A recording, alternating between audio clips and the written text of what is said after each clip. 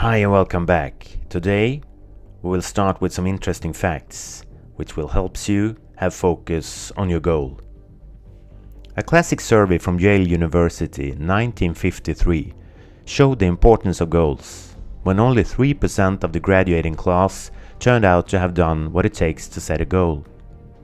They have written down the goal specifically and why they would do it.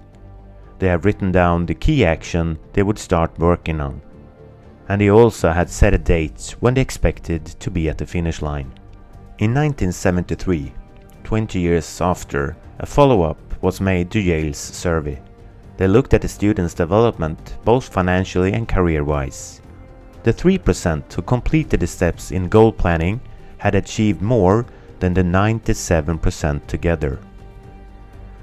The vast majority complain about the lack of time. One thing that indicates a lack of direction that creates energy and motivation, which increases our enthusiasm.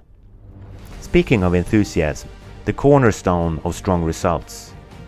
Sir Edmund Hillary, along with Tenzing, was the first to climb Mount Everest in 1953 and was asked how they managed to reach the world's highest peak.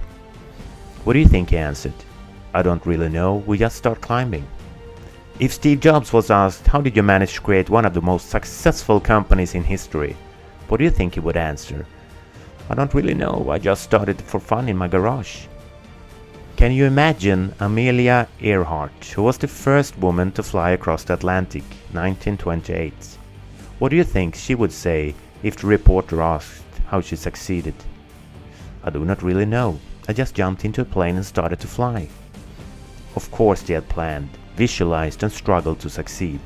We all know what's needed, but still, we make more plans for the wedding day than for the whole marriage. Many people plan how to get a new job, and when they eventually get it, they hardly spend any time planning to be more productive or create value. If you really want to release your potential, you need to set clear goals.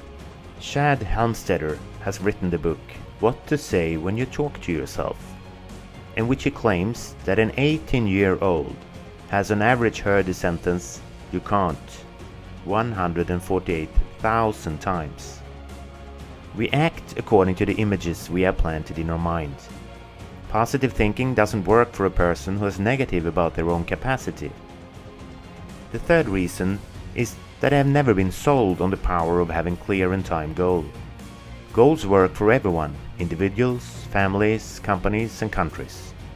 The problem is that when most people are at work, they think they should be more at home. When they are at home, many people think they should be at work. One of the great things about having a goal is that it will be easier to work when you work and play when it's time to play. I'm not saying you should work harder, but you will no longer be busy being busy. You will do the right things more often and more consistently, and you will get more out of what you want. More balance in life. So, return to the planner and complete. What do your goals look like? Why do you want to reach them? Obstacles you need to overcome. The information you need to get there. And finally, the actions you need to take. And last but not least, have you set the date for your arrival? Actually, it's not hard. Just take a blueprint of successful people. You have an awesome potential and capacity. Let's go for it.